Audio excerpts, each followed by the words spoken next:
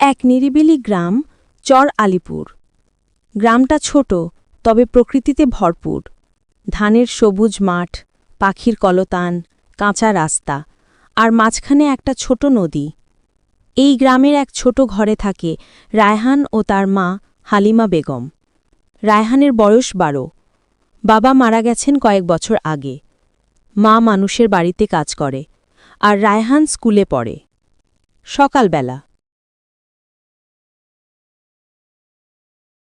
রায়হান, তুই খেয়েছিস? মা, আজকে ভাত হবে দেরি। আমি হাট থেকে একটা কলা খেয়ে নেব। ঠিক আছে, কিন্তু খালি পেটে স্কুলে যাস না রে। মা কাশতে থাকে, বুকে ব্যথা, কিন্তু মুখে হাসি। রায়হান টের পায় মা কষ্ট লুকাচ্ছে। মা, তুমি আবার কাশলে? ডাক্তারের কাছে যাবে না? ওষুধের টাকা নাই রে বাবা, আল্লাহ ভরসা। রায়হান চুপ করে, তার মনে কষ্ট জমে, কিন্তু সে কিছু বলে না। শিক্ষক রুহুল আমিন স্যার সবাইকে জিজ্ঞেস করছেন, তোমরা বড় হয়ে কি হতে চাও? একজন বলে পুলিশ, আরেকজন ডাক্তার।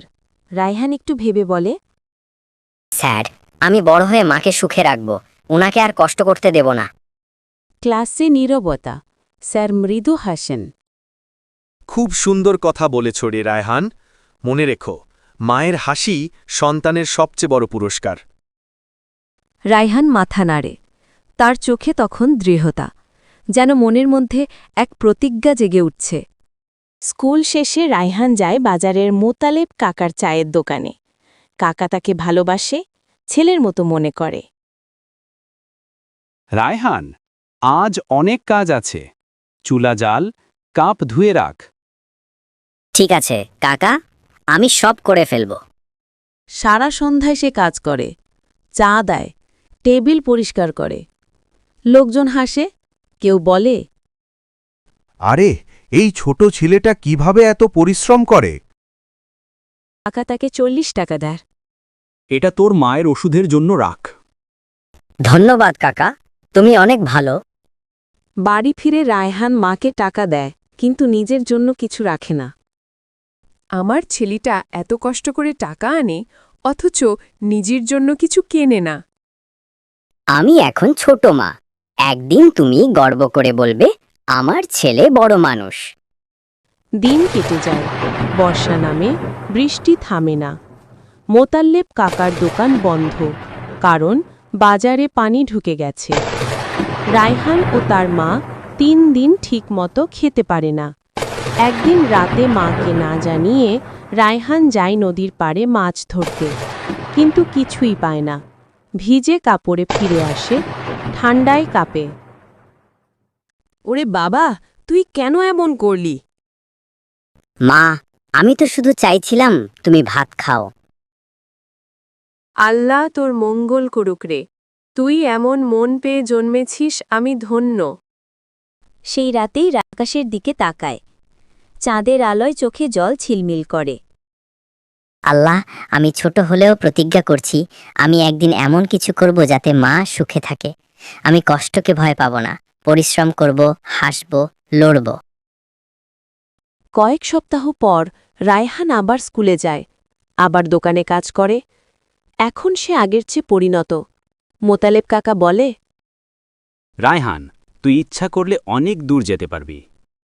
কাকা, আমি একদিন নিজের দোকান করব। একদিন শহর থেকে এক ভদ্রলোক আসে, চা খায়, মুগ্ধ হয়। ছেলেটার হাসি আর চা দুটোই দারুণ। তুমি যদি শহরে আসতে চাও, আমি চাকরি দিতে পারি। না চাচা, আমি শহরে যাব না। আমার মা এই গ্রামে আছে, আমি এখানেই স্বপ্ন দেখব। ভদ্রলোক মুগ্ধ হয়ে তাকে কিছু জিনিস দেয়, একটা পুরনো চুলা, কিছু কাপ আর কিছু টেবিল। রায়হান ও তার মা মিলে পুরনো ঝুঁটি ঘরটা পরিষ্কার করে। রায়হানের চায়ের দোকান, ভালোবাসা মেশানো চা। প্রথম দিনেই 5 জন গ্রাহক আসে, চায়ের ঘ্রাণে চারপাশ ভরে যায়। আরে, রায়হানের চা একদম অন্যরকম। এই ছেলেটার হাসিতেই মিষ্টি আছে। মা একপাশে বসে তাকিয়ে থাকে, তার মুখে গর্বের হাসি। আল্লাহ, এই সুখী তো চেয়েছিলাম।